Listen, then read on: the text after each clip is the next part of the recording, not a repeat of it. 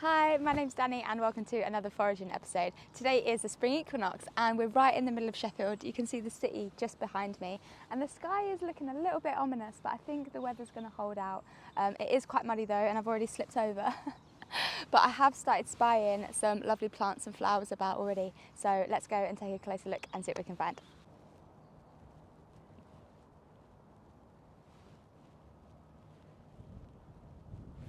I absolutely love gorse, and you might have guessed because I have covered it a couple of times in previous foraging videos.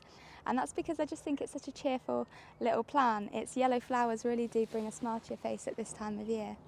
And actually, medicinally, gorse has been used to treat melancholy and to create kind of like a sense of happiness and well-being. So it really does live up to its cheerful colour. So these little buds here can also be picked and pickled and used as capers. Another reason why I love gorse is because you can actually use the plant as kind of like a natural navigation technique, because the flowers only have a coconutty taste on the south side where the sun hits it and it makes the flowers release their oils. So you can kind of nibble your way around the plant and use it as a little compass to find out which way south. I've got quite a few little bugs in here. I'm going to have to lay these out on the bench and let them wiggle free. This is one of the most delicious tree leaves in my opinion. This is Hawthorn leaves and I think they've got such a lovely kind of apple skin kind of flavour. And it's these young leaves here that are the tastiest. Some describe them as being nutty, but I really think they do resemble like the kind of tart skins of apples. It's usually quite easy to identify hawthorn because they are usually one of the first trees to come into leaf, and they've got these gorgeous, really quite bright neon green leaves. So this is the leaf of the hawthorn tree, and you can see that they're very deeply lobed or notched. As with all wild food, if you don't like it the first time, really try it again from a different spot or a different plant in a different location, because the growing conditions mean that all wild food has got quite a localised kind of flavour. If you don't like it the first time, give it a few different chances to decide if you like it or not.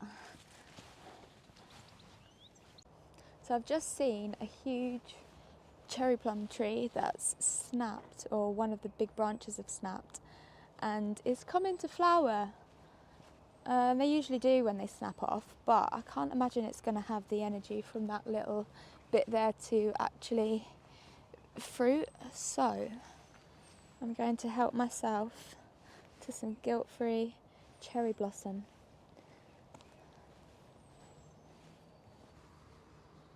It just smells of almonds, this stuff. So beautiful. I think I'm probably going to turn this into some sort of frangipane sugar to use in baking, because it does have a delicious kind of cherry bakewell almond type scent to it.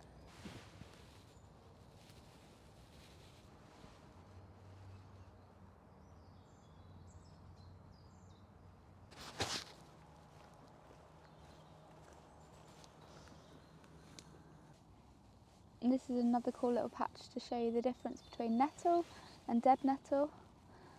People always wonder how you can tell the difference just by sight, but it's actually fairly easy when you see them side by side. Can you see how the stinging nettles look very, very menacing, but the dead nettle looks quite cute, like a little mint, because it is a member of the mint family. But yeah, easy way to identify them when you see them side by side. This pretty pink plant behind me is Rabe sanguinium, or the flowering currant, and it's a really great plant to get that early fix of berry flavours before lots of other fruiting trees and shrubs come into season. They're easy to identify because they've got these gorgeous racemes of flowers, and that is these like hanging, drooping clusters. That's called a raceme, or a raceme, I'm not sure of the pronunciation. Both the flowers and the leaves are edible, and the leaves actually have a really, really strong kind of blackcurrant flavour and smell to them. You'll know when you've got Rabe sanguinium because you can crush the leaves and it gives off a really, really strong kind of blackcurrant scent. The flowers can be used to garnish your salads and your desserts and your dishes, but I also love to make a really, really lovely kind of floral vinegar with them, and you just steep the flowers in a vinegar, give it a shake for a couple of weeks, strain it, and it creates a beautiful pink coloured vinegar that just makes a really lovely salad dressing. They're also really good in jams and jellies, and you can make cordials and syrups with the flowers and the leaves as well. This stuff smells absolutely incredible, but you often won't find it in the wild. It's usually planted in parks and gardens or an escapee close to somebody's house, like I found this one. The young buds of willow are actually edible, but they're incredibly bitter and need to be boiled quite a lot to get rid of the flavour, so it's not one that I bother picking. It's beautiful though. Found a pond and then walked all the way around the edge to see if I could find frogspawn. And I did.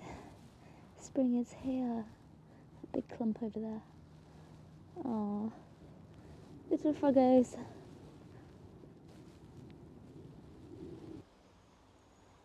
Can you see what I see?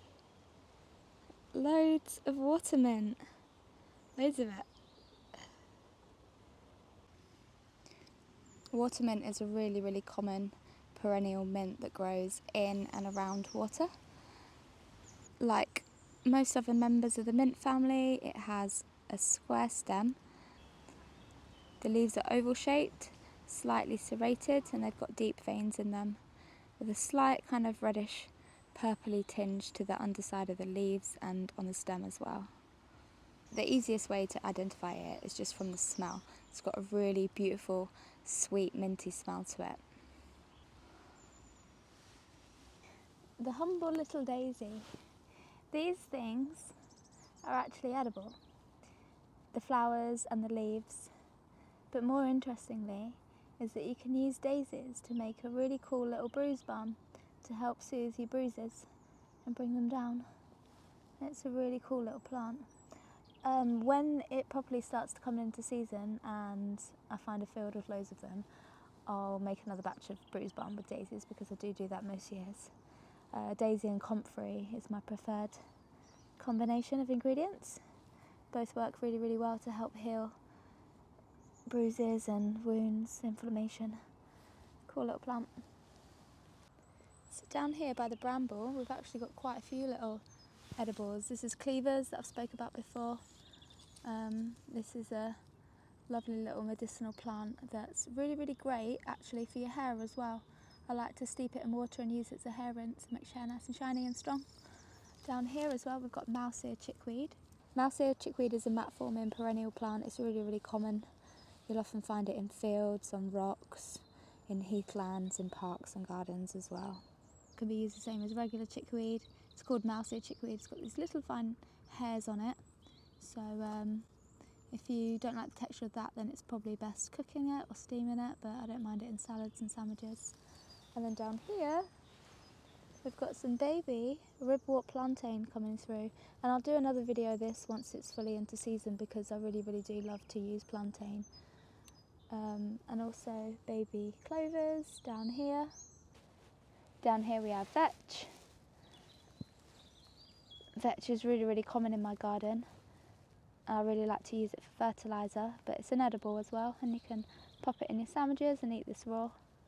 It's a really nice little plant. It's got pretty flowers in the spring and summer. It's a member of the pea family, so it's got quite nice little pea-shaped flowers. Really pretty, make a good addition to your salads. And some little baby wood avens as well. So quite a few little things in this patch of grass here. I was lured over to this plant by its heavy scent. Gosh, it smells absolutely incredible.